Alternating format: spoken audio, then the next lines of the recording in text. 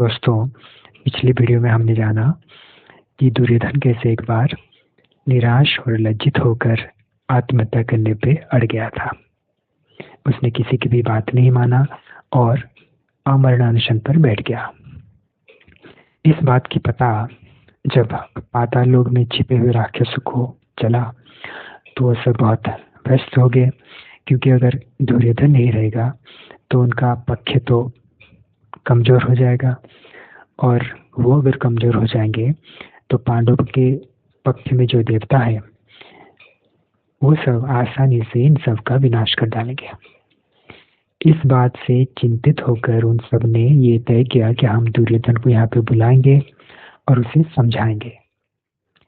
इसके लिए उन्होंने एक यज्ञ किया पाताल लोक में। उस यज्ञ में से एक राक्षसी निकली। उस राक्षसी को उन्होंने आज्ञा दिया कि तुम दुर्योधन को यहाँ पे ले आओ। आज्ञा मिलते ही वो राक्षसी वहां पे पहुंच गई और दुर्योधन को पाताल लोक ले आई। उस समय रात का वक्त था और जब वो गई और दुर्योधन को लेके आई तो एक माया की तरह हुआ, जिसके वजह से किसी को भी इस बात की पता नहीं चली। जब दुर्योधन यहाँ पे लाया गया तो सब राक्षस इकट्ठा हो गए और उससे बोलने लगे कि आत्महत्या करने से कुछ लाभ नहीं होता। आत्महत्या कायर पुरुष करते हैं। तुम तो इतने पराक्रमी हो, पूरी पृथ्वी पर विराज कर रहे हो, फिर इस तरह का निर्णय तुम क्यों ले रहे हो?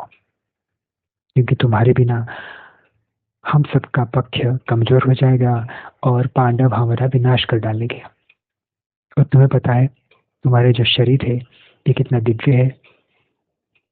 इसे हम सब ने भगवान शंकर की पूजा करके दिलवाया है।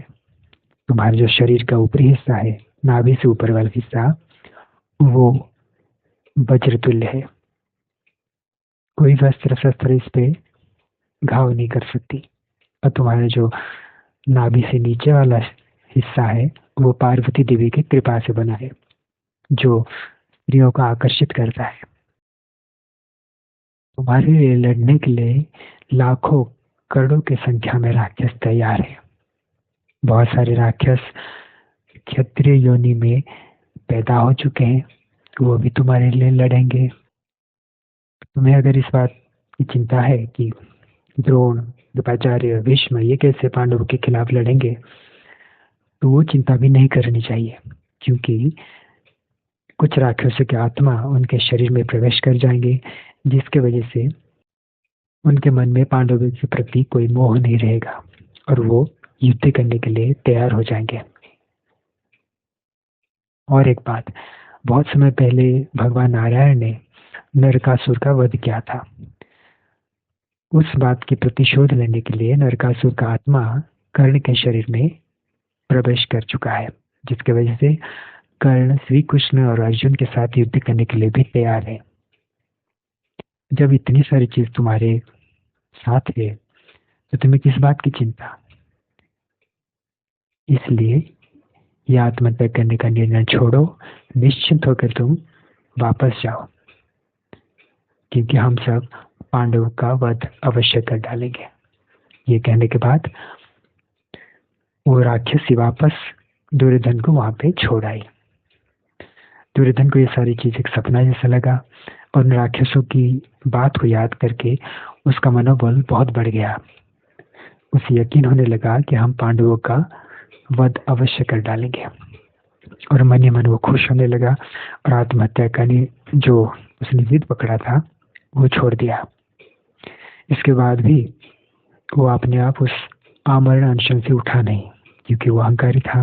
वो इंतजार करते रहा कि कर्ण वो सब वापस मेरे पास आए और मुझे इस जिद से हटाए।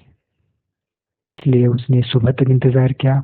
अगली सुबह कर्ण, शकुनी, दुशासन फिर से उसके पास आए और उसको समझाने लगे कि हम सब पांडवों का वध अवश्य करेंगे, ये जिद तुम छोड़ दो।